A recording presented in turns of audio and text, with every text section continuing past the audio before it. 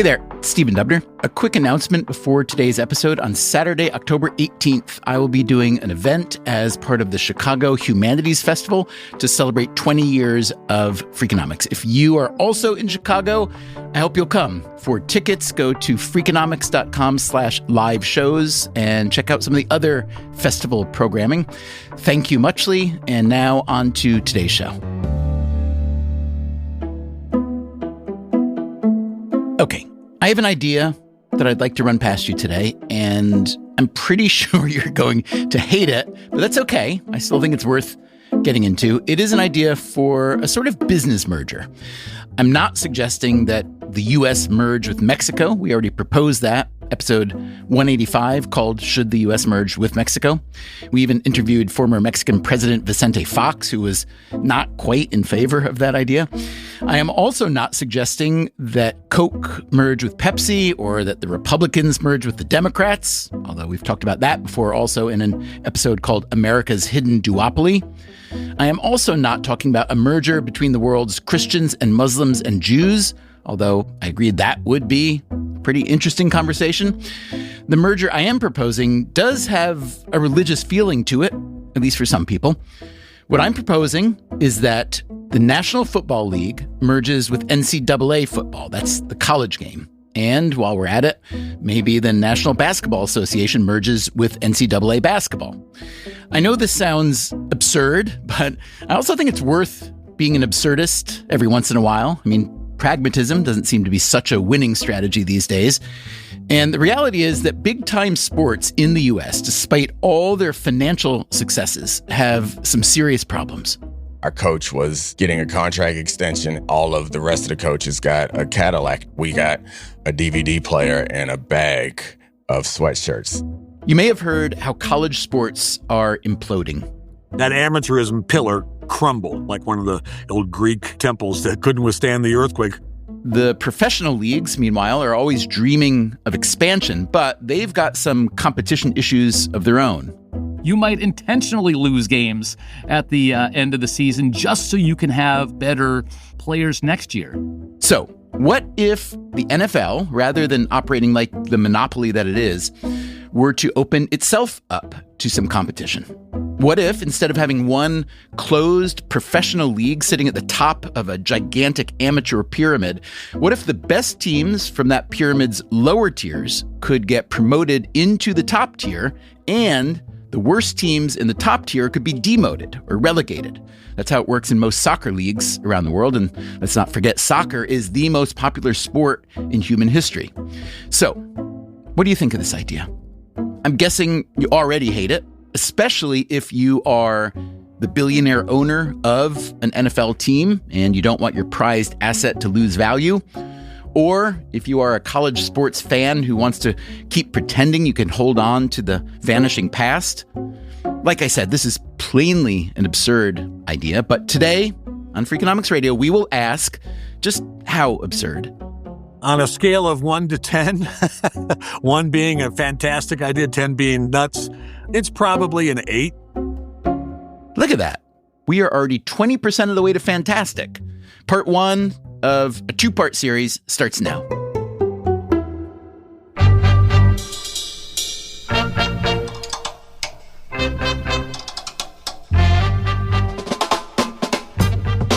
This is Freakonomics Radio, the podcast that explores the hidden side of everything, with your host, Stephen Dubner.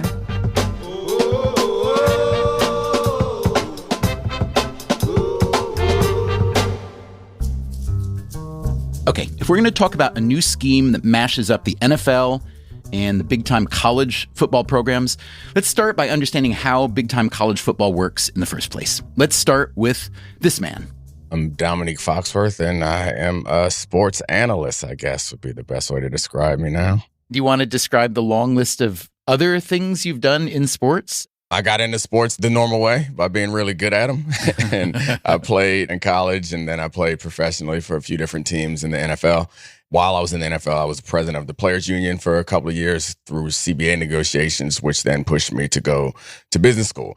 The CBA that Foxworth just mentioned is the collective bargaining agreement, a 456-page contract between the NFL's players and the team owners who employ them. After business school, I went on to be the chief operating officer for the basketball union, the NBA Players Association. From there, that's when I transitioned over to do sports media. I've been on all different sides of sports. So as you went from being a good young athlete to succeeding in college and then the NFL, and then got involved with the labor side of things, how did that journey change the way you looked at the business of football? What a lot of people don't realize, and it took me some time to realize, is the real camaraderie, the TV version of sports. It fades away slowly as you get closer and closer to professional ranks, particularly for the players that aren't as good. In high school, it's over for a lot of guys. Then you get to college, and the best players in college still feel protected, and you still feel in this cocoon of like, the team really loves me, the coaches really care about me. The players who are in the middle and towards the bottom start to realize, no, that's not true, when they get their scholarships taken or their injuries are not covered by workers' comp. Then you get to the pro ranks, and again, if you're a first-round draft pick, you often feel like, oh, this team loves me. If you're a quarterback and you're playing well, oh, they really care about me, until something comes up, an injury or a poor performance. Something happens where you realize that people are making decisions from a business standpoint more than you ever realized. And then when you go into media, it's really clear to you because you're looking at all the teams and all the players. I don't know if you remember how you and I first connected. It was through the Players Association, right? Yeah. You wanted to talk to me because you were looking for some expertise that I couldn't provide, but I knew people who could provide it. You were looking for economists who could help you work on a documentary about how exploitive college sports was. Yes, I do remember that. What was driving you then? You were already retired from pro football, or about to be. What made you feel like it was worth going back to look at college sports? You would see the polling, and people would not necessarily agree with what seemed to me to be an obvious fact. What do you mean? What's the obvious fact? Well, the obvious fact was that it was a revenue-generating endeavor. And given my union background and now my better understanding of business, it felt like it was an obvious thing that needed to be addressed in a way that people could understand and appreciate it. Was it your union involvement that opened your eyes to the reality of that? It was my freshman year in college is what opened my eyes to it. I chose Maryland in part because they weren't very good the year before, and I was like, I want to play as a freshman. We went 10-1 and lost in the bowl game, but had a great season. Our coach was getting a contract extension. All of the rest of the coaches got a Cadillac deal, and we're driving free Cadillacs. We got a DVD player and a bag of sweatshirts for the Orange Bowl, and I was like, this ain't right. Can you think of other parts of our economy where there's that much unpaid labor going into a system where some people are being paid, like the coaches and the administrators, but the labor itself is not paid? I can't. The best example I could think of is like child actors, because the ability is unique. These guys are coming in the same way that a 12-year-old who can act is super valuable. You can like build Family Matters around Steve Urkel. Steve Urkel deserves to be paid. It just so happens that the same thing is happening, but they're like, nah, he's got to be an amateur Urkel for a couple of years first before he can then go make his money, when it's impossible to find that level of talent just on a street corner somewhere. So what's it feel like to be a player on a college team who's working as hard as you were and succeeding as much as you were and getting paid in a bag of sweatshirts and a DVD player? And your coach, now these guys are routinely getting $8, $10, $12 million. What does that feel like to be a player on the team who's earning that money for that guy, but until very recently, you're getting zero? I feel like there's a right answer and then there's an honest answer. And obviously, I'll give you the honest answer. I loved my college experience. I had a great time. Part of that was like in the locker room complaining about stuff like this and recognizing what we believe to be the injustice of it all. That was part of it. For me, it was fine. I stayed healthy. I played well. I got drafted and it worked out. It's a lot different for the players who had their scholarships taken. When we played well, that gave us access to higher quality recruits. And so we have to get those scholarships from somewhere. There were guys who had their scholarships taken, and they got a bag of sweatshirts, some good memories, and sent off to Hofstra to go play for them. Those guys, I imagine the experience wasn't nearly as good as mine. A couple of my really close friends got injured, and the coaches didn't treat them with the same level of respect that they treated me with. Not to say that they treated me like I was a full human being, because that would be crazy. Foxworth played at the University of Maryland in the early 2000s. College football has grown substantially more valuable since then. Division I sports today generates nearly $20 billion in annual revenues, and around 75% of that comes from football. Men's basketball contributes another 15%. We just heard what Dominique Foxworth thinks about this system. How does an economist see it? For that, we went to Victor Matheson, a sports economist at the College of the Holy Cross in Massachusetts. I'd like you to talk for just a minute about how the NCAA has historically, let's say, exploited. I realize that's a fairly loaded word, but...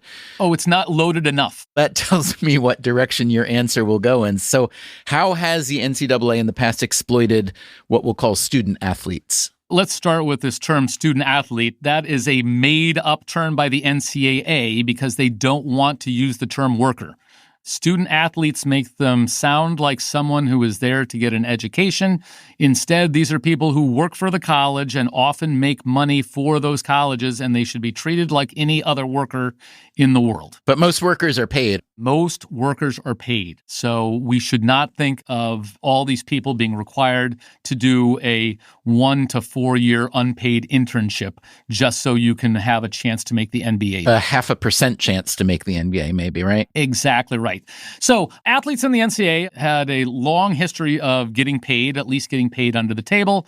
And by the 1950s, the NCAA individual teams, they didn't want to keep up with this rat race. And so they installed what's called the sanity code that said that players could not be paid.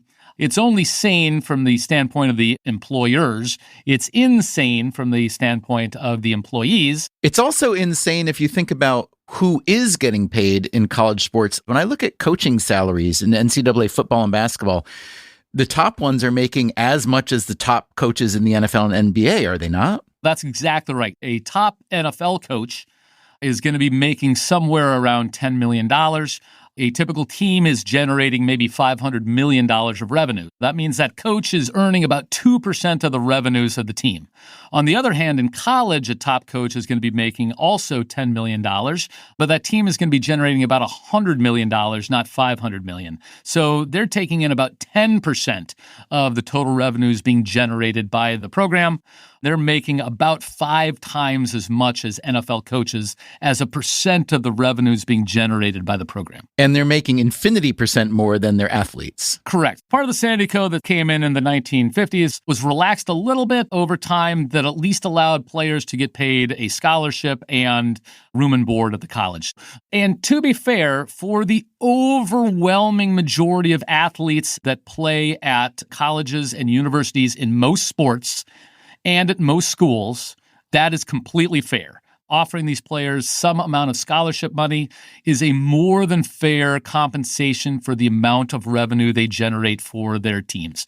The average athlete, they generate no net positive revenues for their team. In fact, quite significantly negative. Sports are expensive to run. Right. Think of a men's golfer at Amherst College. Think of a women's rower here at Holy Cross. Think of a women's soccer player, even at a big place like Ohio State. They are not generating revenues anywhere close to the amount it costs to run those programs. We generate essentially $0 in revenue from tickets and media, and yet we have as many athletes here at Holy Cross as they do at Ohio State. Is that because the big revenue college sports are, quote, supposed to filter money down to the other sports programs? There is, in fact, a significant amount of money being redistributed from the big moneymaker at Ohio State, which is football. That is being redirected towards the non-revenue sports. But to suggest that Ohio State can't possibly have a women's soccer program if they don't subsidize it with football money, but somehow Holy Cross has a women's soccer program yet generates no money from football, seems to suggest that that's just simply not true. Where is the money going then? First of all, money goes to high-paid coaches, right? In a world where you can't pay your actual players, but you still want to win national championships, what you do is you buy the most prestigious college coach that you can. You buy extremely extravagant locker room and training facilities. Probably better than the pro leagues in some cases. Not just maybe better, absolutely better, because you ask a pro player, hey, what do you want? Do you want a $25,000 locker, or would you rather have $25,000? And even LeBron James will say, hey, I'll take the cash. Okay. In a world where you can say, hey, do you want a $25,000 locker and nothing? Or do you want a $0 locker and nothing? The way I get that athlete to come to my university instead of the other one is I say, hey, look how great this locker is. And by the way, your coach will be the very, very famous blank. But the economics of college sports have begun to change. The era of free labor is ending. It has been a long time coming. For a lot of years, this issue was only discussed on the margins or in the shadows. An athlete who chose to speak out was inviting trouble. In 2014, the University of Connecticut basketball player Shabazz Napier, an elite player on a team that won 2 national championships, he caught some attention for telling reporters that he didn't always get enough to eat. I don't think, student athletes should get hundreds of thousands of dollars, but there are hungry nights that I go to bed and I'm starving. So something can change, something should change. The big change started in 2021. The NCAA, facing pressure from the U.S. Department of Justice, began allowing players to be paid for what's called their NIL rights. That stands for name, image, and likeness, and it covers endorsements and advertising. And this past summer, a court-mediated settlement went into place that is going to radically change the economics of college sports by allowing athletes to be paid directly. Here again is Dominique Foxworth. I feel like the game board has just been flipped at this point. People use the Wild Wild West as an analogy, and I think that's a good one because it does feel like a new frontier. There are no laws. We're setting them up as we go, and some people are benefiting from this chaos, and a lot of people are not. Why did it take so long for things to start to change in NCAA sports? I think it's pretty easy. The people in power were benefiting from it. The people who were being harmed by it were traditionally not powerful people, and the people who were being taken advantage of, they weren't even in school long enough to put together some sort of resistance. They also recognized that causing a fuss might make it more difficult for you to get to the next level. You just go in and you do your time, and then you go try to benefit from it on the back end. Tell me what you know about the people behind the lawsuits that started to tear down the system. Well, there's Jeff Kessler. So I know Jeff Kessler really well because he's a legendary union lawyer that we've used in both NFL and NBA negotiations. When he grabs a hold of a case like that, it's certainly going to get the attention of people who have power. Okay, so you know who we want to hear from next. My name is Jeffrey Kessler, and I am a partner at the law firm of Winston & Strawn. I don't take on too many cases like this. If I take one on, it's because I really believe we're right. I really believe we're likely to win and that it's worth the investment, not just of my time, but of my firm's time and commitment to try to achieve what we think is the just result. Coming up after the break, how college sports suddenly became a lot more professional. I'm Stephen Dubner. This is Freakonomics Radio. We'll be right back.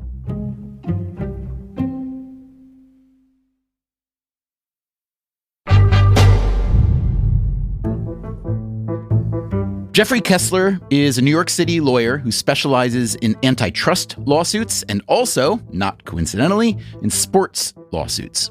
He grew up in Brooklyn. As a kid growing up, one of my idols was Muhammad Ali and Kurt Flood and athletes who stood up to the system for social justice. Never did I dream that somehow my career was going to actually further some of those same interests. How do you get paid well as a sports lawyer? I'm a partner in a very large law firm. We charge hourly rates, like many lawyers do. In a few cases, like the class action on behalf of the college players, you get paid by the other side with the approval of the court after the case is either settled or if the case is one that you win. When you think about the relationship between the NCAA and athletes going back to before you started these cases, how would you describe that relationship between the NCAA, the schools themselves, the athletic conferences, and the athletes? Does it bring to mind any parallel setups? There aren't a lot of parallels. The reason is the NCAA had a cartel that fixed the wages of the athletes who worked for them at zero. These athletes were completely being exploited, and it had to stop. That's why 9 justices of the Supreme Court, they don't agree on a lot of things. One of the things all 9 of them agreed on was that this system was wrong. A devil's advocate could say, well, wait a minute. These young people are getting a free college education in many cases and some benefits. And if they're really serious about becoming a professional athlete, then this is providing them training, access to the professional ranks, essentially auditioning for the professional ranks, and a proven ladder to that next step. Why is that not enough? Why is that exploitive? Let's start with the fact that even at the highest power schools in football and basketball, 90% of the athletes on those teams will never spend one day in the N.F.L., the NBA, or the WNBA. So their only opportunity to realize the economic value of what they're doing is when they're doing it for their schools. The money goes to the athletic director, or goes to the strength and conditioning coaches, or goes to somebody else who is not generating this money. This is an exploitive, unfair, anti-competitive system which we have changed for the better. When you say that they can realize their economic value at the highest level that they're going to be able to, it sounds like a version of being a professional. What is the logic for that continuing to be attached to a university? The courts believe, and I think even the NCAA believes, is that what distinguishes college sports from professional sports is that they are students. There's nothing that says you can't be a student and a professional at something else at the same time. In fact, other than in college sports, that's always been the case. We have students who are actors or writers or who are journalists while they're students. There was no reason to create this myth of amateurism except as a means of getting all this free labor to exploit. There came a time when it had to stop.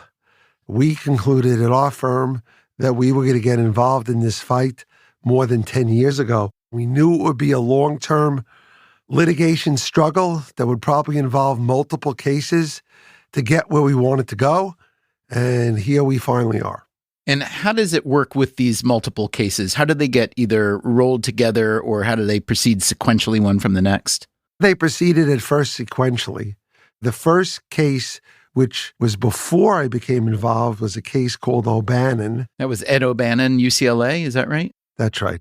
That case was primarily challenging the restrictions on the players' images in video games. It was kind of a narrow case that involves group licensing of players. And while that case was pending, we filed 2 cases. I filed one called Jenkins versus the NCAA, and another 2 law firms, one of which was Hagens Berman, which is my co-counsel, Steve Berman. He filed an independent case called Alston. Eventually, the Alston and Jenkins cases were consolidated together, and eventually the Alston case went to trial. In 2021, it got to the Supreme Court, where I argued it, and we won 9-0.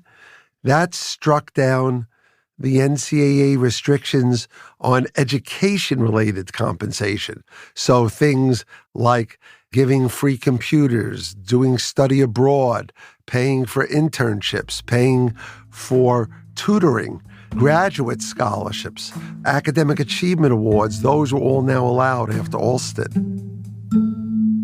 The Alston victory was also the case that allowed college athletes to be paid for their name, image, and likeness rights. Here, again, is the economist Victor Matheson. It's important for people to understand there's basically two kinds of NIL. There's what I call real NIL, and then what we're going to call collective NIL.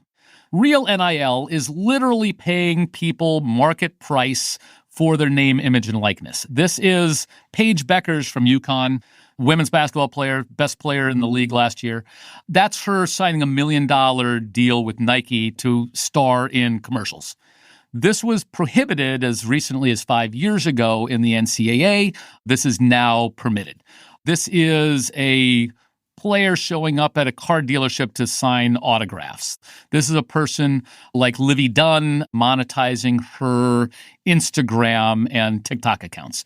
This is real money that people are earning, market money from being a famous person. Collective money is basically people associated with a college, but not the college themselves, saying, I would really like it if my college had a good quarterback this year.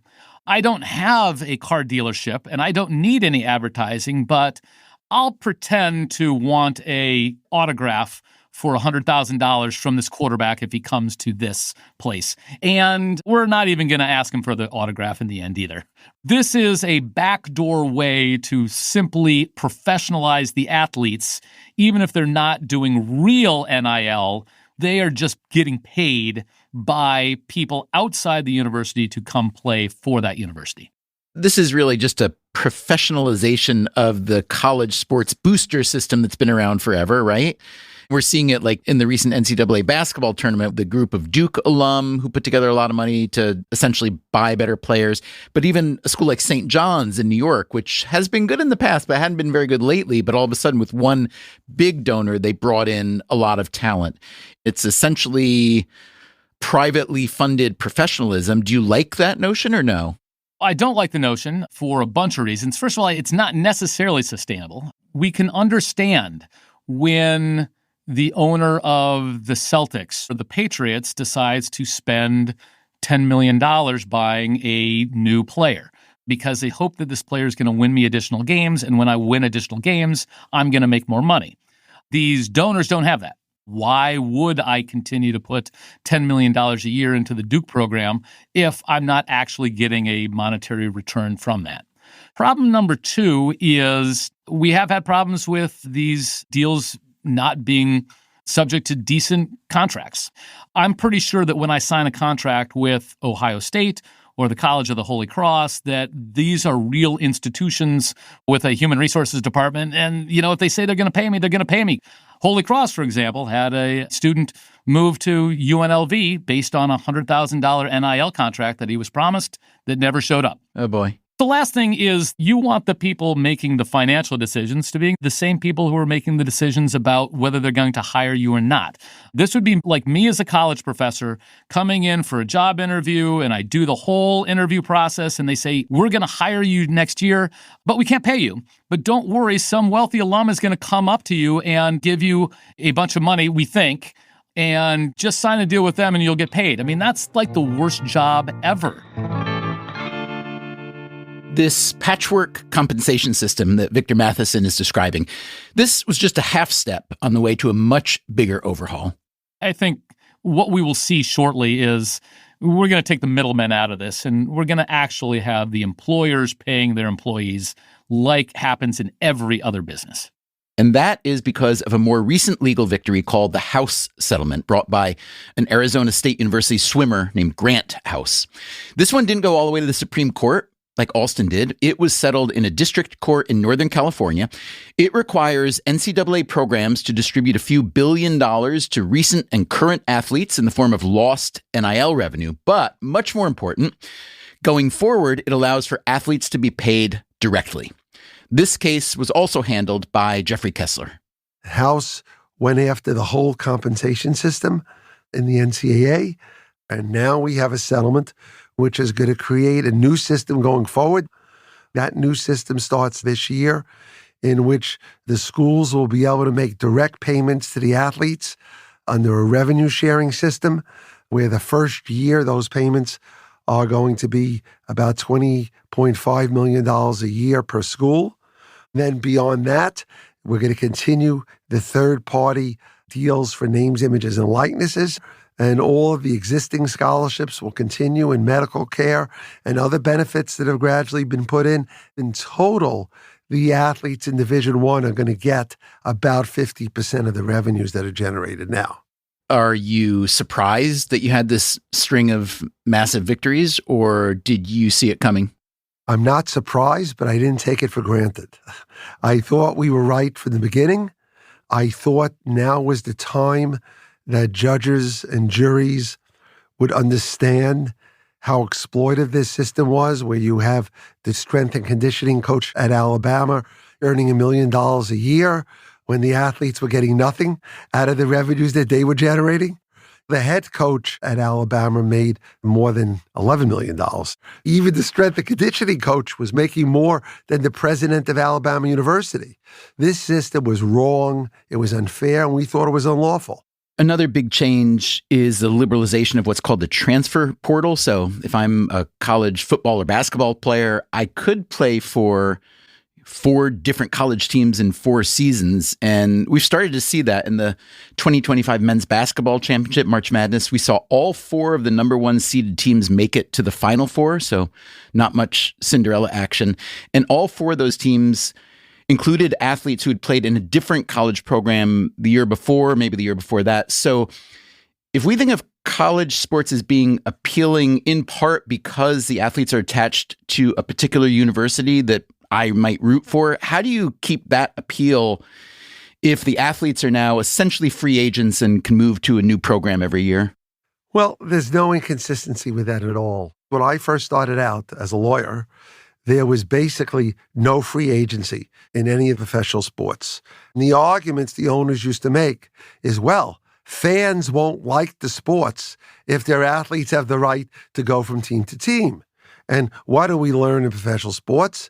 Quite the opposite. Fans love free agency. They love to root for their teams to acquire better players. What the transfer portal does is it actually lets athletes whose coach is not starting them find a place to start.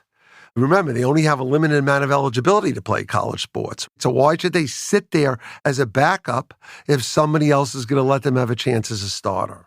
Or they go to a college for a particular coach who they love, and the coach is a free agent, so the coach leaves.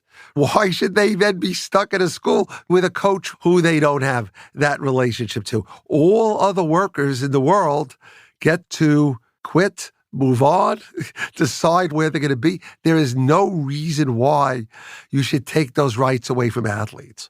I don't think this is going to hurt rooting interest, and it will let not only the athletes find the right spot, it'll let teams get better.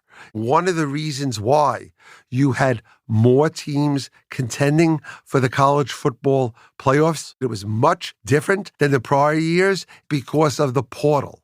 It's why someone like Nick Saban was against all these changes, because he liked it when Alabama was so far ahead of everybody else each year. And this type of competition, it prevents the best schools from stockpiling talent who they're not really playing, but keeps it away from the other schools. If the colleges are needing to pay their athletes, I assume that there's going to be less money for lesser sports. The women's golf team and the men's wrestling and the squash and so on. What's going to happen there? I don't think that's going to happen for a variety of reasons. First of all, where I expect the reallocation is going to be from those athletic directors, those weight coaches, the other people who have been getting the money. It's not like they were giving that extra money to the women's golf team. It was going to others who were exploiting the system, or it went to build gold-plated locker rooms.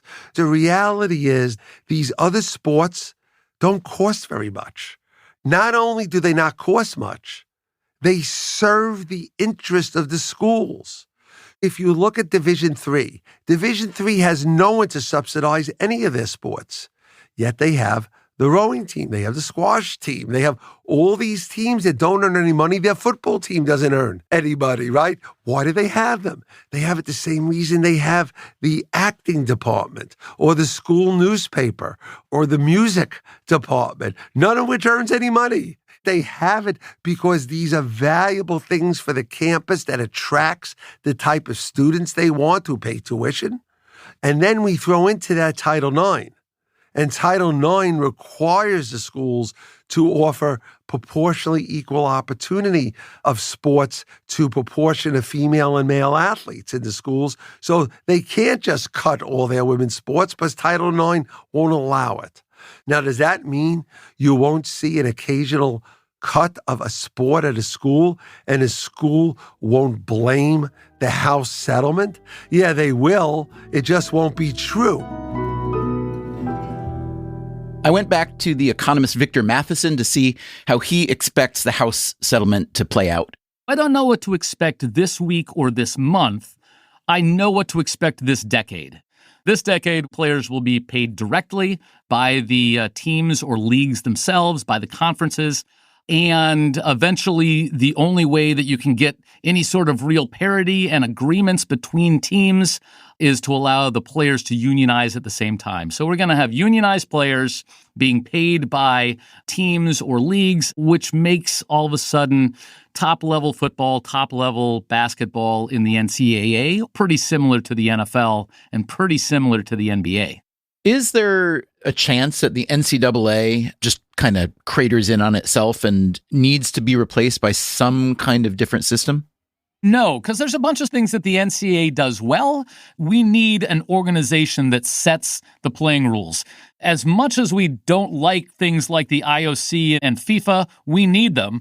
If you're grouping the NCAA with the IOC and FIFA... Oh, it's not great, but sports are fundamentally different than everything else in that you need to work with your competitors to be able to produce the product. The Red Sox goal is to beat the Yankees, but it's not to drive them out of business.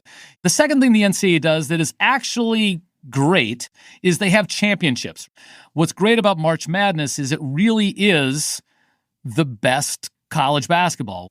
When we see that UConn wins the national title on the women's side, we say, yeah, that was a fair process by which we determined the best.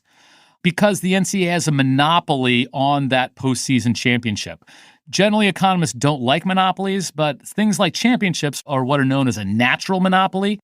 Is it possible that the NFL and the NBA have been free riding unjustly on the NCAA for their football and basketball talent development? The NFL pays the colleges $0, and the colleges become the de facto farm leagues for the professional leagues in a way that's unlike what goes on in most other sports leagues in the world that I'm aware of.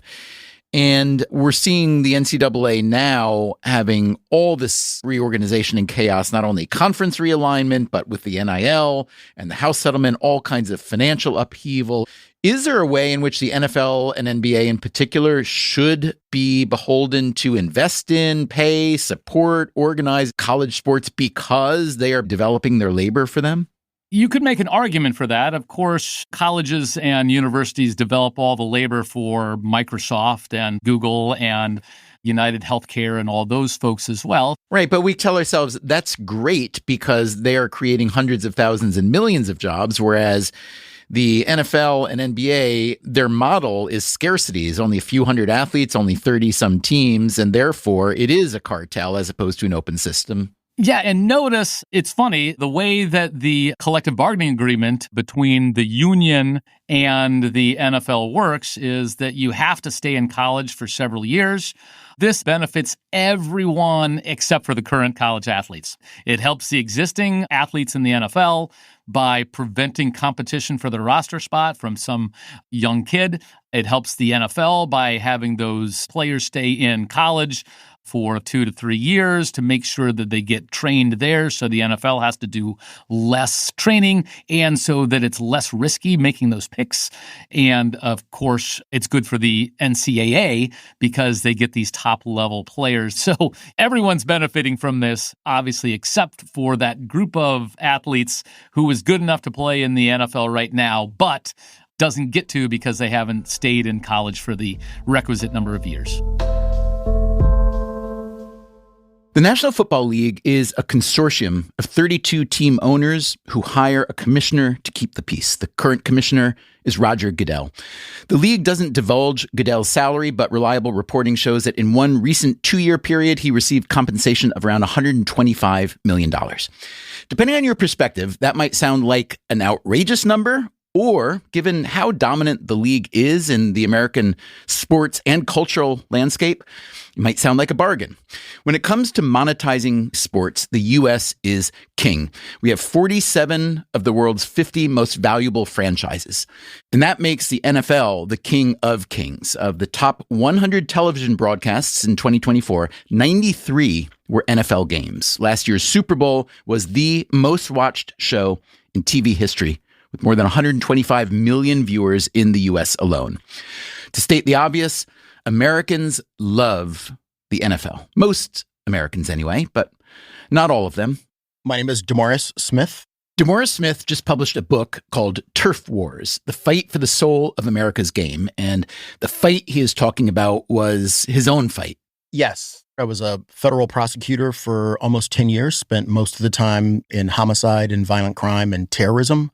After that, became a partner at Latham & Watkins, then a partner at Patton Boggs. And then in 2009, I was elected to be the executive director of the National Football League Players Association, a job that I kept until 2023.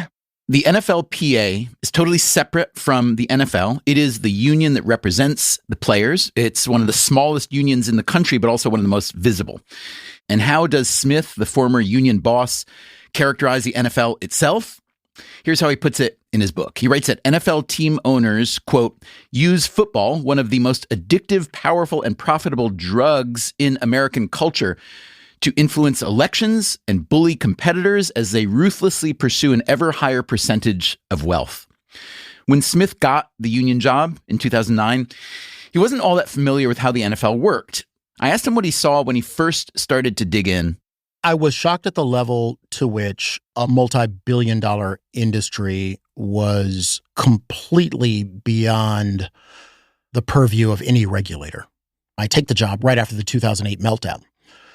It's hard to contemplate a multi-billion-dollar industry that is so dependent on public roads, the help of first responders, the granting of either tax-exempt status or land grants or bonds.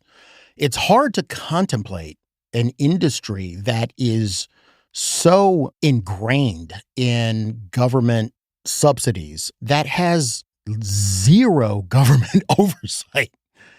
I'd never seen anything like it. There is no governor. There's no boundary. There's no 10Ks. There's no 10Qs. No public board of directors. No SEC oversight. No court oversight. No countervailing force, as you describe it. Nothing. So you literally have to become the prosecutor. In a defense scenario, you always have a judge or a Department of Justice or someone who is acting as the authority to hold someone accountable. In the NFL paradigm, the only entity to hold the NFL accountable is this relatively small union of 1,800 people. You write that the NFL owners, quote, decide how the rest of us live, work, and interact. What do you mean by that? If you want to understand their level of influence, take a look at the photo of those who were standing behind Donald Trump during the inauguration.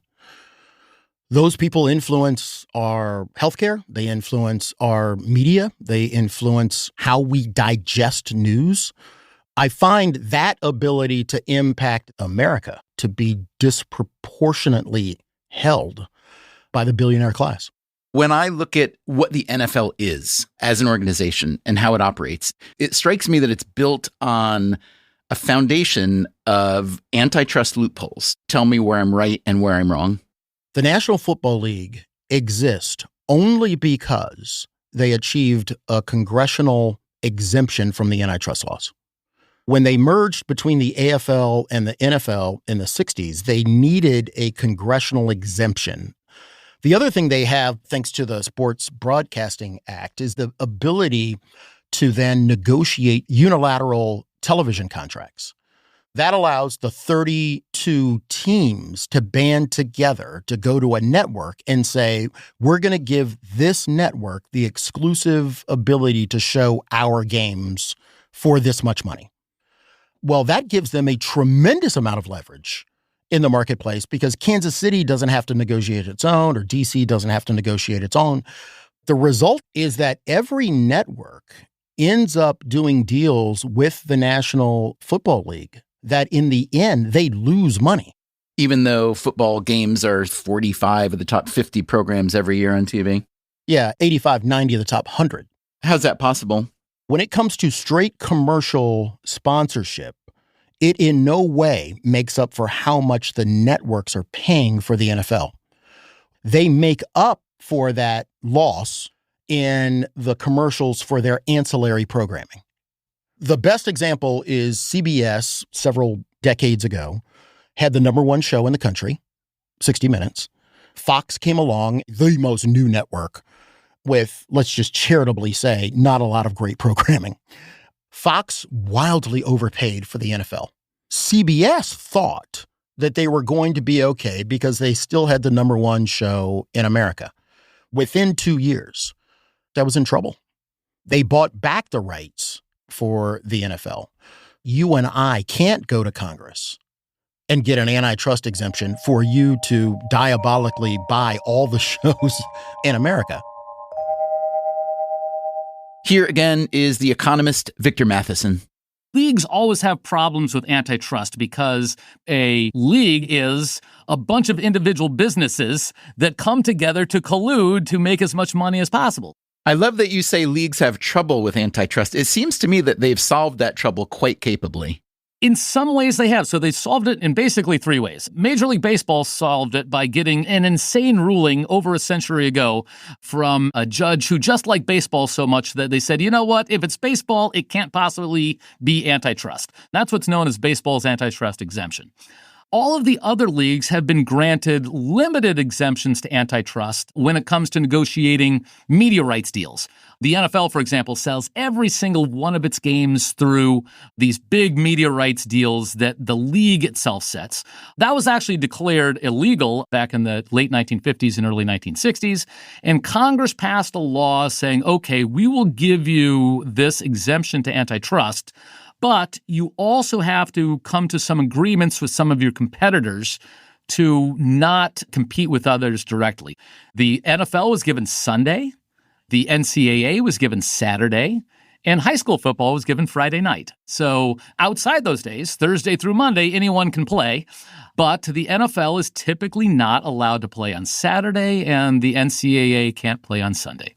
The third way to get around antitrust issues is by making sure a bunch of your negotiations with respect to antitrust are with a union. The way the NFL and all the other leagues get around collusion with respect to things like salary caps and salaries and roster limits is by having an equally powerful group on the other side, a union that is allowed to negotiate fairly with the cartel on the other side. But it turns out that the cartel is the best negotiator of all. You can see this whenever a team owner wants to build a new stadium and goes hunting for state and local subsidies. If they just stop building new publicly financed stadiums, I could stop yelling at people. What's the latest yelling that you've had to do on that front? Oh, let's see. What are we doing? We're looking to build a new Commander Stadium, right, in D.C. We're looking to build a new one in Cleveland to reward the fine management of the Cleveland Browns with a bunch of taxpayer money. In the U.S., give me a number as best as you can of NFL stadiums that have been built in the last 30 years. What share of the money that goes into stadium and infrastructure construction is public money versus private? The modern stadium boom in the United States actually started in the early 90s. For over the next roughly decade and a half, over half of all major league teams in all the big sports in the United States replaced their stadiums. We also had some expansion franchises come in that needed new facilities as well. During that time period, roughly 2/3 of all stadium costs were paid for by taxpayers, with the remaining third being paid for by the teams themselves. This funding model changed in 2008. People started to find it pretty distasteful to hand over hundreds of millions of dollars to billionaire owners and millionaire players when we're laying off police officers and teachers and firefighters during the Great Recession. So between 2008 and roughly 2020, only about 1/3 of the money came from taxpayers. This is now in flux again. We're seeing two things happen. First of all, stadiums have gotten increasingly more expensive. This is always an arms race. Every owner has been in every other owner's stadium, and every time they see something they like, they're like, ooh, I want one of those. So even though the public on average recently has still only been paying about 1/3 of the cost, these are still huge dollar amounts. The other thing is those stadiums that were built in the early 1990s were usually built with 30-year leases. Because they have 30-year leases, the taxpayers have a lot of bargaining power with the teams until that lease expires. But as soon as that lease expires, all of a sudden the teams get all the bargaining power. Hey, build us a new stadium or we're moving out of town. This threat of relocation has become a standard move for NFL teams looking to get public financing for a new stadium. Sometimes the threat gets carried out. In 2017, the San Diego Chargers moved to Los Angeles. In 2020, the Oakland Raiders relocated to Las Vegas. The Buffalo Bills, meanwhile, decided to stay in Buffalo after New York Governor Kathy Hochul offered them $850 million in public funding, the biggest ever taxpayer contribution for a new stadium. At least the Bills are a good team. Consider the Cleveland Browns. They have had a winning record in only 4 of the past 26 seasons. But they just received a $600 million subsidy for their new stadium. Once you are in the NFL cartel, you can win big even by losing. In fact, the way that American sports leagues like the NFL and NBA are set up, the worse a team plays in a given season, the better their chances of getting the top college players the next season. In the United States, you can tank in order to try to get the best players in the next draft. You might intentionally lose games at the end of the season just so you can have a better choice of players next year. That's exactly what you don't want in sports, is teams intentionally trying to lose. Fans hate it when players are not trying to win. It's why we are somewhat forgiving of Pete Rose, who said, well, sure, I bet on baseball, but I never bet on my team to lose.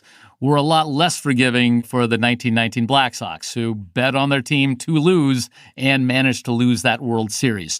A world where no matter how badly you do, you stay in that top system and you get to keep being an NFL owner. Those are some bad incentives. You can actually make more money in some cases not trying to win than if you actually try to field a competitive team. There is one very simple way to get rid of this intentional losing. Every year, you take the 2 or 3 worst teams in your league and get rid of them. You bust them down into a lower tier league, and you take the best teams from the lower tier and promote them into the top league.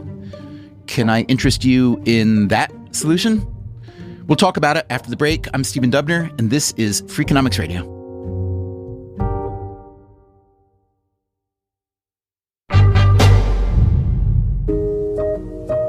In the National Football League and the National Basketball Association, and even in Major League Baseball and the National Hockey League, tanking is a real thing and a real problem.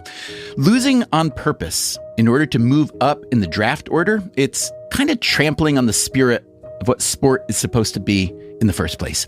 It's supposed to be a competition, fair rules, full effort, a handshake at the end, regardless of outcome. That's the premise. And I would argue that's the attraction. Some people go so far as to argue that football is a good modern proxy for old-fashioned war.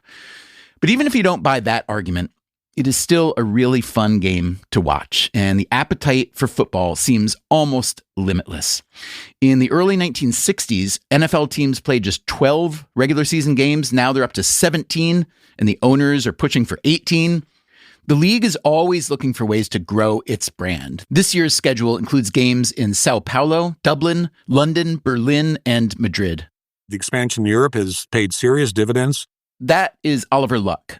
They've opened up a new TV window, and that's the 9 a.m. Sunday morning East Coast. Get out of bed, have a Dunkin's, enjoy your game, and you can stay tuned for the following windows. And who is Oliver Luck? I am a sports executive who really works for himself, in a sense, doing a lot of consulting with a number of organizations. I have to say, I can't think of anybody who has had more senior jobs in more sectors of the sports industry than you. Do you want to tick off a few for me?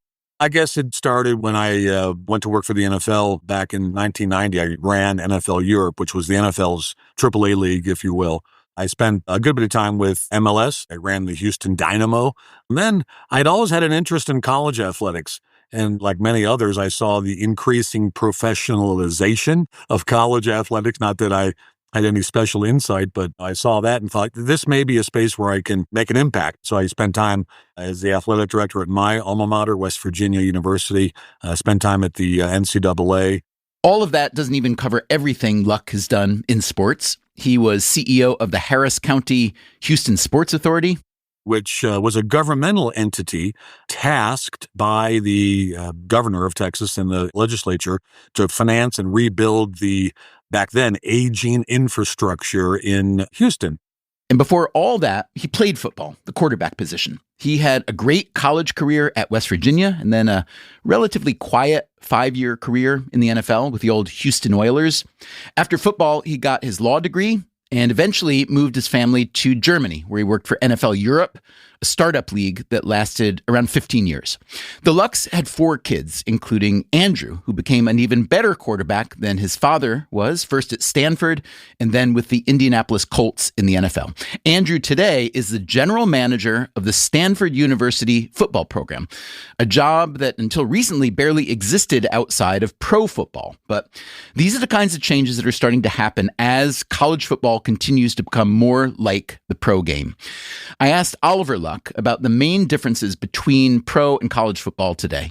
I would say that there are 2 pillars in my estimation that, going back to my era 40 years ago, made it different. One pillar was academics. These young men and women are students. They actually go to class, and if you flunk all your classes, you're probably going to be ineligible to play. And the other pillar was amateurism. They don't get paid. That amateurism pillar crumbled like one of the old Greek temples that couldn't withstand the earthquake. I think it would be foolish for the leadership in college athletics to do away with the academic pillar, because I think that is the only connective tissue left with fans, alumni, folks that support those programs, that write checks. They like the fact that the football team is competitive, but they also like the fact that that kid who's playing football, whom they've admired for 5 years, is going to walk away with a degree and at least can start his or her life without sports. I think keeping an academic component is absolutely critical, not just for alumni reasons, for financial reasons, but it's the right thing to do for young men and women. We still need well-educated people. I also asked Luck about the system of relegation and promotion that European soccer leagues use and how that might maybe work in the NFL. If you're a European soccer fan, you don't typically have to worry about the top clubs, right? They're not going to get relegated. They're not going to get relegated. But from the midpoint of a league on down, and you're fighting to stay out of a relegation battle, and let's say you get into a relegation battle and there's a one game loses all, so to speak, it is the most exciting thing known to mankind. It'd be like the Colorado Rockies, who are having a miserable year. It would be like they might get relegated to, Little League. The fans show up to cheer on their team because they don't want to see them relegated. There's an excitement. There's a level of passion that's unheard of. We haven't experienced it in this country, so a lot of folks don't really understand it, but it's a fascinating experience in the human condition, if you will.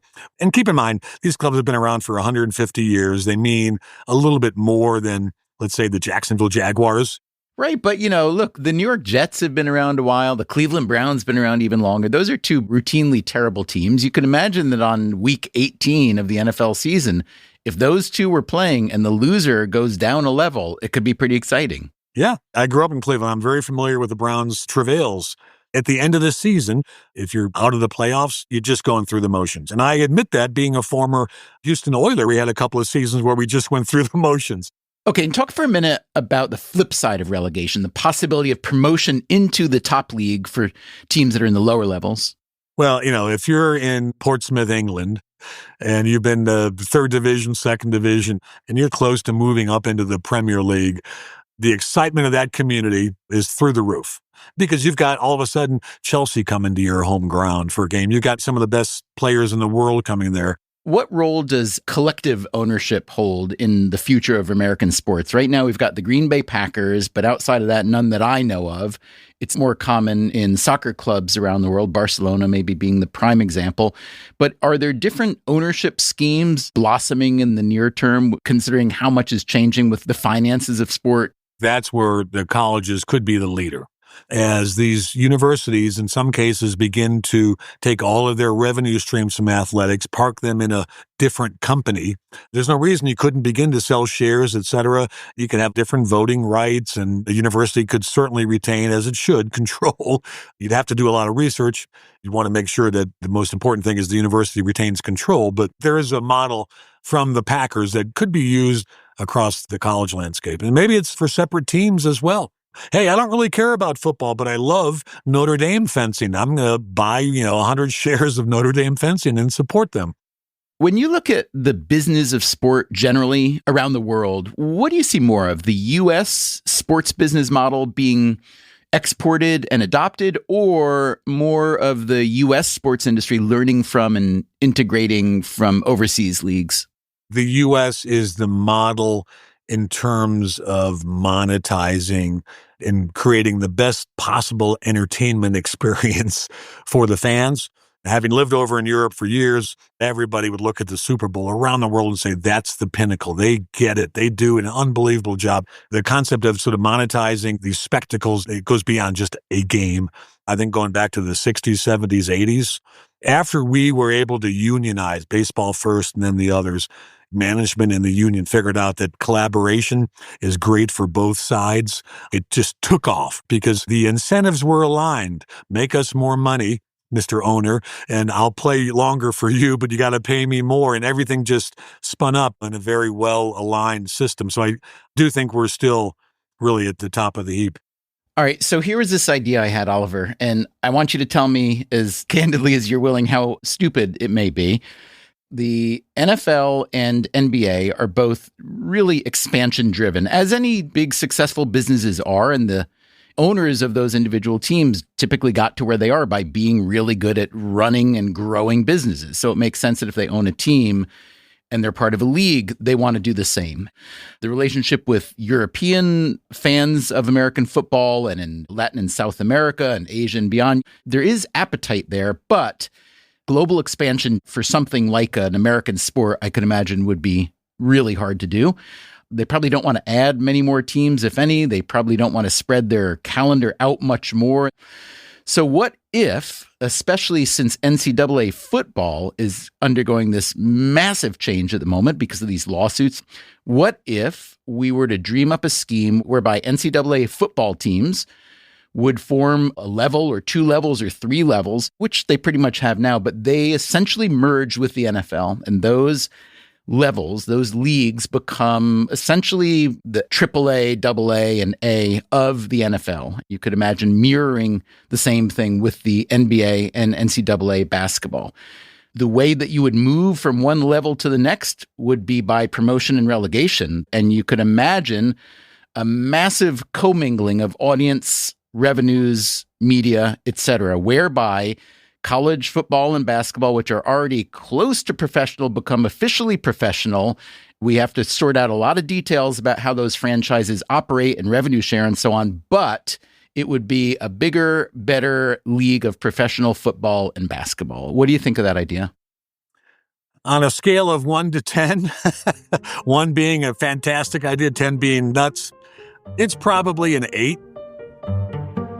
If you are a glass half full person, and I may be a glass 20% full person, then Oliver Luck has given us more than enough encouragement to press on with this idea. So, coming up next week in part 2, we try to figure out what this new scheme would look like.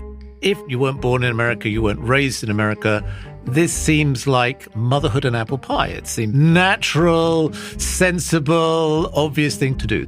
There will be complications. It would be wildly disruptive to move from a current closed system to an open system. That's never going to happen without some sort of benevolent overlord like me. That's next time on the show. Until then, take care of yourself. And if you can, someone else too. Freakonomics Radio is produced by Stitcher and Renbud Radio. You can find our entire archive on any podcast app, also at Freakonomics.com, where we publish transcripts and show notes. This episode was produced by Teo Jacobs and edited by Ellen Frankman. It was mixed by Eleanor Osborne with help from Jeremy Johnston.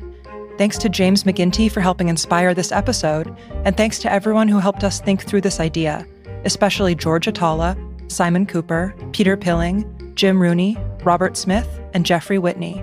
The Freakonomics Radio Network staff also includes Alina Coleman, Augusta Chapman, Dalvin Abawaji, Elsa Hernandez, Gabriel Roth, Greg Rippin, Jasmine Klinger, Morgan Levy, Sarah Lilly, and Zach Lipinski. Our theme song is Mr. Fortune by the Hitchhikers, and our composer is Louise Guerra. There are quite a few players that are not benefiting from this situation because they don't have those same... Because they're ugly, you're saying. Well, not those players. If you're in football, like, being ugly helps. It was something I had to fight against because I'm too damn handsome. It makes it difficult.